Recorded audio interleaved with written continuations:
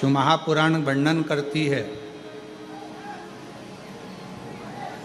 किसी भी छठ के दिन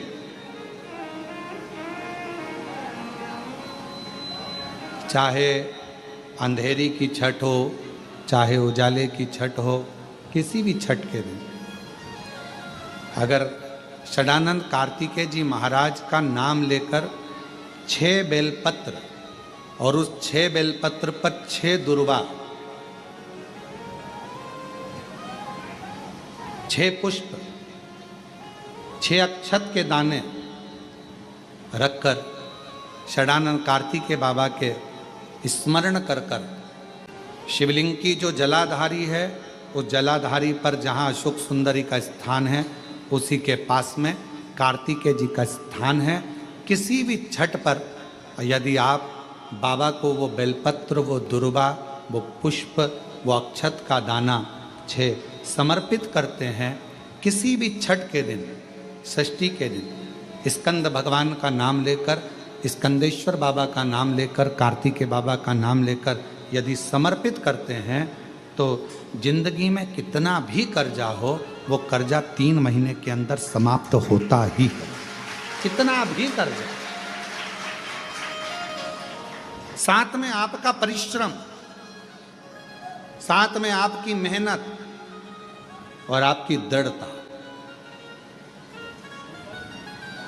क्या होता है, लोग सोचते हैं कि हमने शंकर जी को बेलपत्र समर्पित कर दी तो कर्जा चूकेगा, पर साथ में मेहनत भी करना।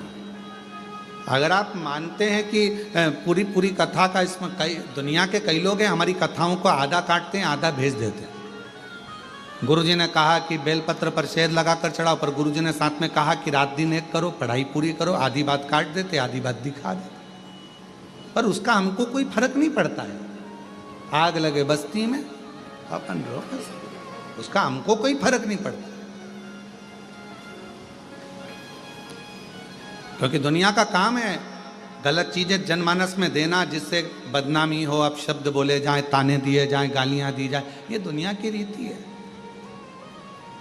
बहुत आते हैं दिन भर में, कहीं कोई दबाव देने के लिए आता है, हम तुम्हारी बदनामी करेंगे, हमको 1 करोड़ दो, हम ये छब्बा देंगे, हम वहाँ से आएंगे, हम ऐसा कर जाएंगे, हम वैसा कर जाएंगे। बहुत आते, दिन भर का काम है इनका, रोज का यही काम है, हमें ये करो, हमको वो करो।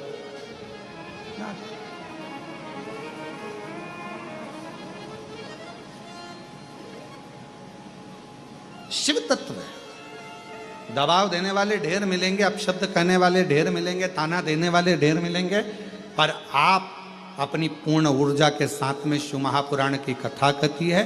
6 बेलपत्र, 6 पुष्प, 6 दुर्वा, 6 चावल के दाने और साथ में अपना परिश्रम पूर्ण करो।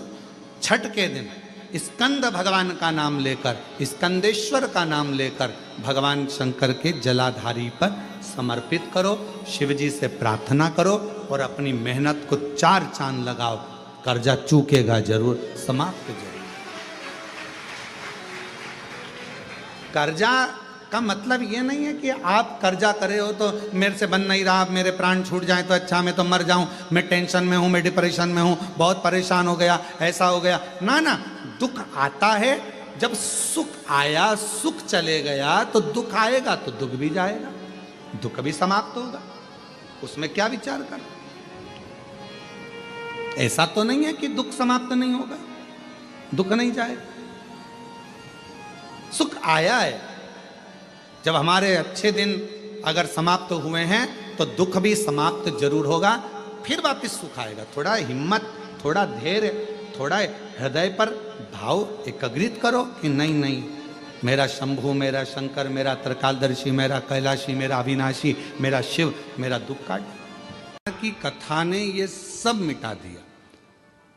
शिव महापुराण की कथा ने केवल एक काम करा कि आप अपने घर के नज़दीक में जो शिवालय है, शंकर के मंदिर हैं, वहाँ जाओ, 1 लोटा जल चढ़ाओ और अपने दुख को दूर भगाओ। अपना परिश्रम, अपनी मेहनत, अपना संघर्ष स्वयं, आप अपनी मेहनत स्वयं करिए, परिश्रम स्वयं करिए।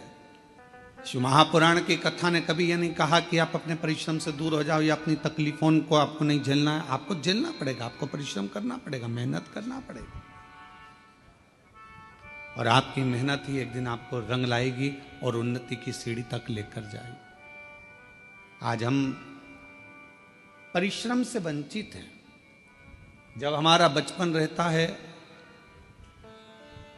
तो हमको जो प्यार मिलता है, प्रेम मिलता है, वो फ्री में मिलता है।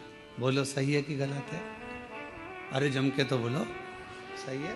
बचपन में प्यार खरीदना पड़ता है क्या? प्रेम खरीदना पड़ता है? बचपन में कोई भी छोटा सा बच्चा है, इधर बाजू में जाएगा, उधर बाजू में जाएगा, सब उससे प्रेम करेंगे, गले से लगाएंगे, हृदय से लगाएंगे, गोदी में लेंगे। प्रेम प्यार बचपन में फ्री में मिलता है। जवानी में प्यार प्रेम फ्री में नहीं मिलता, कमाना पड़ता है। धन बढ़ाओगे तब प्रेम बढ़ेगा, वैभव बढ़ाओगे तो लोग पूछेंगे, संभालेंगे, ध्यान देंगे। कमाना पड़ता है। और बुढ़ापा जब आता है तो प्रेम फ्री में नहीं मिलता। बुढ़ापे में प्रेम कमाया भी नहीं जाता। बुढ़ापे में तो प्यार प्रेम मांगा जाता है कि कोई हमारे पास आकर थोड़ी देर दे। प्रेम के 3 क्रम है। बचपन में प्रेम प्यार फ्री में मिल जाता है, जवानी में प्रेम प्यार को कमाना पड़ता है, और बुढ़ापे में प्रेम प्यार को मांगा जाता है कि कोई हमको थोड़ा समय दे,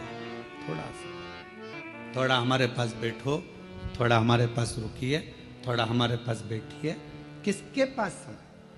शिव महापुराण की कथा में हमने पहले भी वर्णन किया, आज फिर करते हैं कि मंदिर में 24 घंटे जाकर मत बैठो, तीर्थ में आप 4 दिन जाकर मत बैठो। हम कहेंगे किसी जगह पर व्यर्थ का समय बर्बाद मत करो। हम कहेंगे आप अगर थोड़ा सा समय आपको मिल जाए, आप पूजन भी नहीं कर रहे हो, पाठ भी नहीं कर रहे हो, अर्चना भी नहीं कर रहे हो, आप चाकरी सेवा भी नहीं कर रहे हो, तो इतना जरूर करो कि अपने घर में जो बुजुर्ग हैं उनके पास थोड़ी सी देर जाकर बैठ जाओ, तो आपकी पूजन का फल आपको मिलेगा,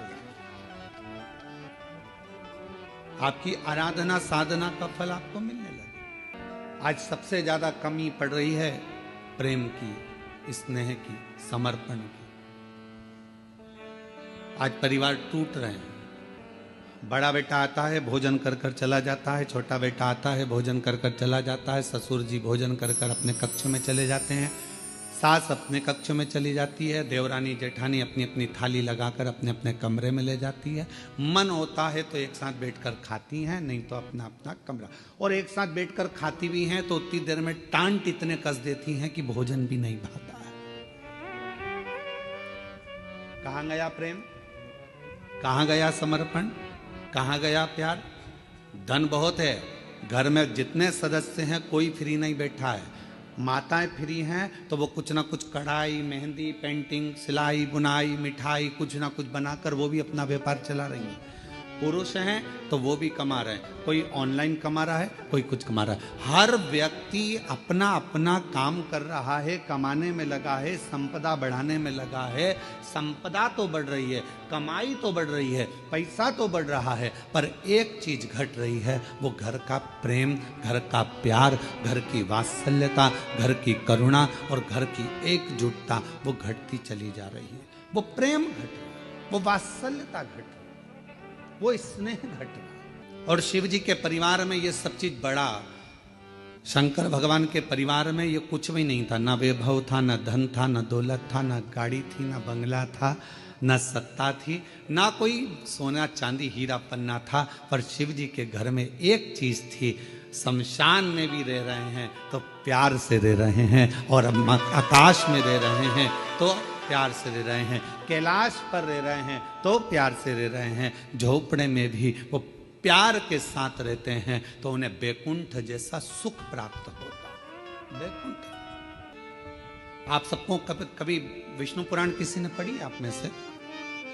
जितने लोग आस्था चैनल पर श्रवण कर रहे हैं उनसे निवेदन करेंगे गीता प्रेस गोरखपुर की विष्णु पुराण को लेकर आओ और उसको पढ़ो। विष्णु पुराण में लिखा है कि लक्ष्मी जी से पूछा गया, एक दिन माता ख्याति ने लक्ष्मी जी को अपने घर भोजन करने बुलाया। लक्ष्मी जी अपनी माँ के घर गई और माता ख्याति के पास पहुंची तो माँ ने अपनी बेटी को बिठाया। लक्ष्मी जी ख्याति देवी की बेटी है, तो ख्याति ने गोदी में बिठाकर अपनी बेटी से पूछा कि बेटी, मैंने तुझे भगवान विष्णु के साथ ब्याया, मैंने तुझे भगवान नारायण के साथ विदा कर दिया, विवाह कर दिया, तो भगवान वैकुंठ में चली गई, सारा सुख तेरे घर में है, पर ईमानदारी से बता तेरा सबसे ज्यादा मन कहाँ लगता है, तेरा मन किस जगह पर लगता है? लक्ष्मी जी से पूछा गया। जलगांव के सेठों की तिजोरी में तेरा मन लगता है क्या? तेरा मन मुंबई में महालक्ष्मी मंदिर में लगता है क्या? तेरा मन तिरुपति तिरुमाला में कहीं तेरा मन लगता है क्या? तेरा मन कहाँ लगता है? महालक्ष्मी मंदिर बेरुल में लगता है?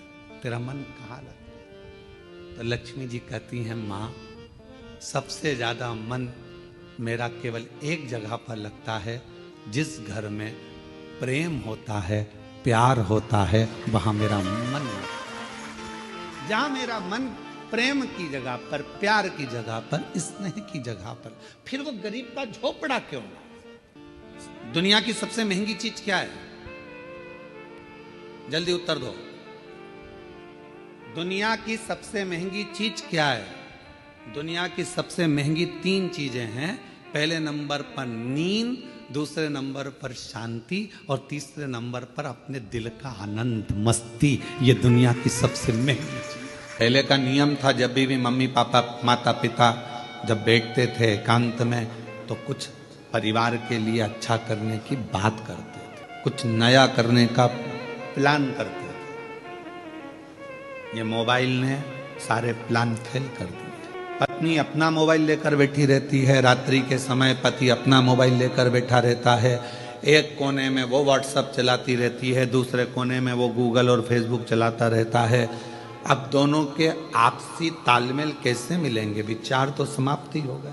बच्चों के लिए कुछ नया सोचने का मन नहीं है, बस पढ़ रहे हैं बच्चे, पढ़ा रहे हैं, ठीक है, स्कूल गए हैं, चले गए हैं। जो है आपस में आप लोग एक दूसरे से कक्ष के अंदर कमरे में अगर मिले हो तो थोड़ी देर बैठकर बात तो करो कि हमको आगे की प्लानिंग क्या करना है, आगे क्या करना है। हमारा पूरा समय हम मोबाइल को दे दिए, व्हाट्सएप को और फेसबुक गूगल को दे दिए। कितने भी आपके फ्रेंड बना लो इंस्टाग्राम पर, कितने भी आपके फ्रेंड बना लो व्हाट्सएप पर, कितने भी आपके फ्रेंड बना लो फेसबुक पर, कितने भी आपके फ्रेंड बना लो गूगल पर, कितने भी आपके फ्रेंड बना लो आप पूरे मोबाइल पर याद रखना, जब बीमार पड़ोगे, हॉस्पिटल में पड़े रहोगे, पूरे मोबाइल का एक भी दोस्त तुम्हारे पास खड़ा हो तो बता देना, खड़ी वो पत्नी ही रहेगी। जिसको तुमने टाइम नहीं दिया वो पत्नी, जिसको तुमने टाइम नहीं दिया वो पति, जिसको तुमने टाइम नहीं दिया वो सास, जिसको तुमने टाइम नहीं दिया वो ससुर, जिसको तुमने टाइम नहीं दिया वो मम्मी, जिसको टाइम नहीं दिया वो पापा। आखिरी में खड़े केवल परिवार का ही व्यक्ति रहेगा। बाकी के जितने मोबाइल पे जुड़े वो बाद में लिखने को तैयार मिलेंगे, ओम शांति।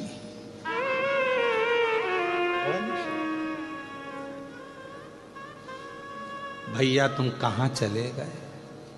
बस कितने दिन लिखेंगे?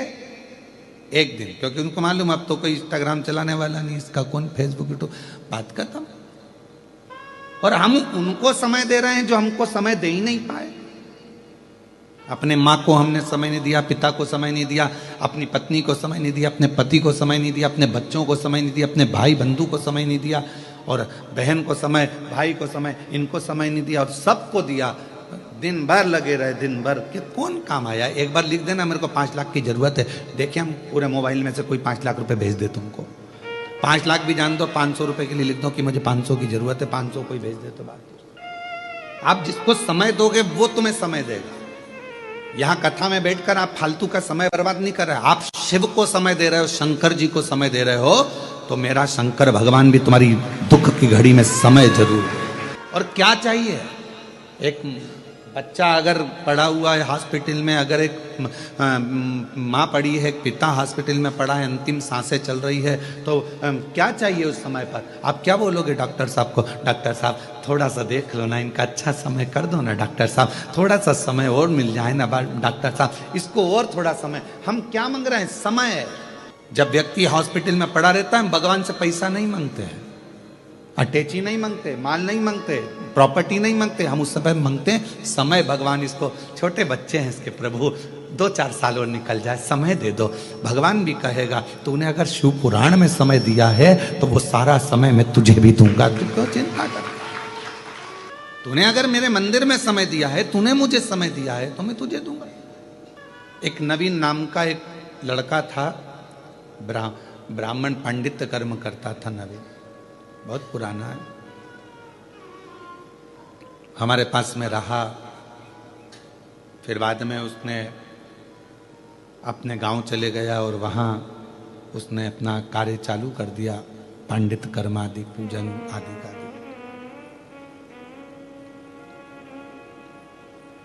और ऐसा ही एक पुत्र और हमारे साथ में रहा, जबलपुर के सचिन। तो वो बालक बोला कि गुरुजी मुझे एक बीमारी हो गई है और बहुत दुखी हूं मैं, बहुत दुखी। हमने कहा क्यों टेंशन लेता है, क्या हुआ? डॉक्टर ने कह दिया कि मैं केवल 2-3 महीने का हूं। मैंने कहा डॉक्टर बोला है ना, शिव तो नहीं बोला ना। तो हमारे साथ में इतने साल रहा, तूने सेवा करी, बिना विचारे बिना सोचे, तू क्यों चिंता करता?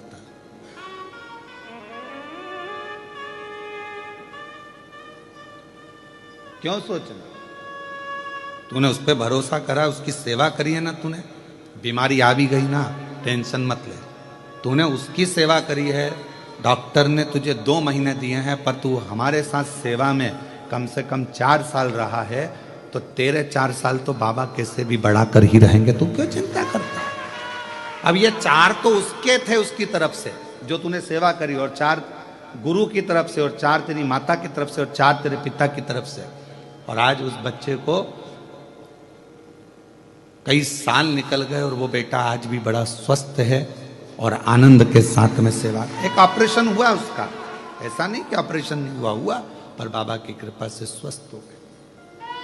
आपने कृष्णेश्वर बाबा को कितना समय दिया, आपने राम जी को कितना समय दिया, आपने शिव जी को कितना समय दिया, आपने भगवान को कितना समय दिया, वो समय पूरा काउंट होता है। आपने परमात्मा को दिया है तो परमात्मा भी आपकी दुख की घड़ी में, अंत घड़ी में, और अंत समय प्रभु आना पड़ेगा, वचन दिया तो निभाना पड़ेगा। आए नाय प्रभु कुटुंब कबीला, अंत समय प्रभु आना पड़ेगा, वचन दिया तो निभाना पड़ेगा, अंत समय प्रभु आना पड़ेगा। तो ये अंत बिंदु, आप क्या सोचे, क्या विचार करें?